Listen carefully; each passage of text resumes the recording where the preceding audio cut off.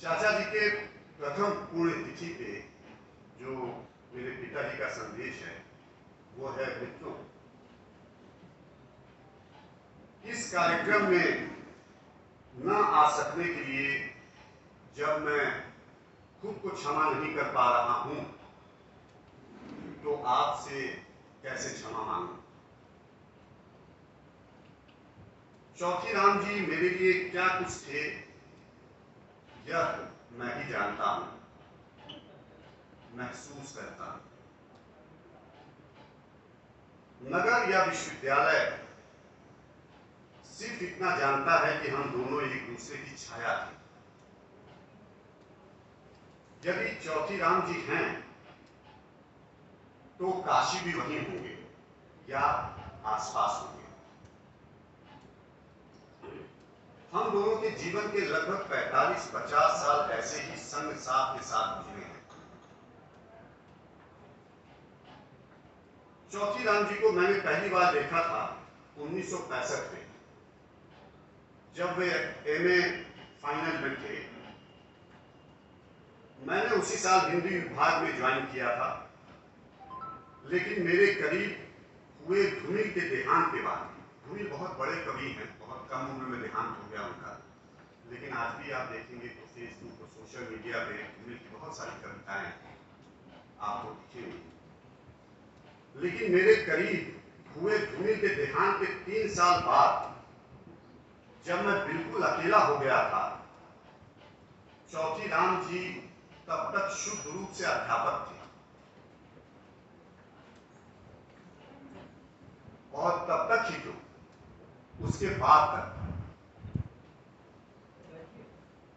सच कहिए तो लेखक की जिंदगी शुरू की उन्होंने रिटायरमेंट के बाद।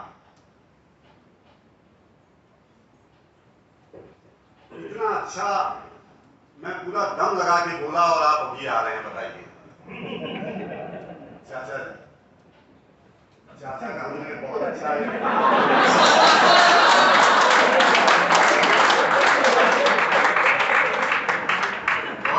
कोटेशन भी दिया। आप सुनते तो जैसे ये लोग हंस रहे हैं वैसे ही हंस रहे। सच कहिए तो लेखक की जिंदगी शुरू की उन्होंने रिटायरमेंट के बाद। इस मायने में वे सभी रिटायर करने वाले अध्यापकों के लिए एक प्रेरणा है। इस बात को आप लोगों ने कितने गौर से सुना ये मुझे नहीं पता, फिर से पढ़ रहे हैं, सुन लीजिए, हो सकता है आप लोग के काम आए। सच कहिए तो लेखक की जिंदगी शुरू की उन्होंने रिटायरमेंट के बाद। इस मायने में वे सभी रिटायर करने वाले अध्यापकों के लिए ये एक प्रेरणा है। चौथी जो अभी उन्होंने बोला विंध्याचल जी ने कि चौथी राम जी विभाग के सबसे अच्छे अध्यापक थे और सबको प्रसन्न रखने की कोशिश करते थे। उन्हें लोग अजात शत्रु कहते थे, मानते थे। मेरे साथ के बावजूद का मतलब समझिए आप लोग, क्योंकि पिताजी के को न चाहने वाले बहुत लोग थे। मेरा मानना था कि जो समाज इतने वर्गों और जातियों में बटा है उसमें सबको प्रसन्न कैसे रख सकते हैं आप? ये कैसे संभव है कि आपके शत्रु या विरोधी ही न हो? वे गंभीर हो गए। ये उन्होंने पूछा मेरे पिताजी। उसी समय साहित्य में दलित विमर्श, स्त्री विमर्श शुरू हुआ। चौथी राम जी को अपने लिए एक प्लेटफॉर्म दिखाई पड़ा। उन्होंने तैयारी शुरू की। यहीं से रिटायरमेंट के बाद की उनकी सक्रियता है। आज वे दलित अस्मिता, दलित चेतना के सबसे बेखौफ और बुलंद आवाज है। इस आवाज में घुले मिले हैं बुद्ध, अंबेडकर, मार्क्स, कबीर,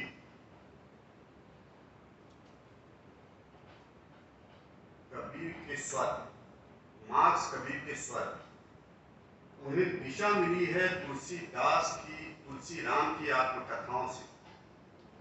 अगर वे दलित साहित्य के महत्व पूर्ण प्रवक्ता माने जाते हैं, तो उसमें उनके अध्यापन कौशल की कम भूमिका नहीं।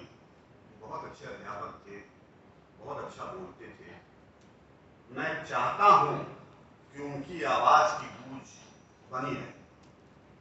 मैं चाहता हूं कि उनकी आवाज की गूंज बनी रहे। तो तालियां बजाइए आप। जो मैंने कहा था, देखिए मृत्यु सबसे बड़ा सच है और ये सबको आना है। हमेशा जब मैं पांडिचेरी में कुछ साल था तो वहां पे मैं देखा कि यदि किसी की मृत्यु होती थी तो ढोल मजीरा बजे और पूरे सड़कों पे फूल माला डालते हुए लोग जाते थे। तो एक बार मैंने पूछा अपने वर्कर से, तो उन्होंने बोला कि 80 साल के बाद यदि किसी की मृत्यु होती है तो साउथ में सेलिब्रेशन होता है, सेलिब्रेट करते हैं कि 80 साल तक जीवन जिया। मेरा ये कहना है कि जो मौत बिना आजकल के जमाने में बिना वेंटिलेटर, बिना आईसीयू, बिना एडमिट हुए हो, उस पुण्य आत्मा की खुशी मनाई जानी चाहिए। क्योंकि ऐसा तो है नहीं कि आप पूरे हमेशा जब तक दुनिया है तब तक रहेंगे, मरेंगे, जाहिर सी बात है, सबको मरना। तो जैसा मैंने पहले शब्द में कहा कि जो पुण्यतिथि है वो एक पूर्ण आत्मा की पुण्यतिथि है। इसमें आप खुश हो सकते हैं, वक्ताओं को प्रोत्साहित कर सकते हैं, तालियां बजा सकते हैं। एक है ना कि जिंदा रहिए, यदि जिंदा है तो महसूस होना चाहिए कि आप जिंदा हैं। तो बहुत बहुत धन्यवाद।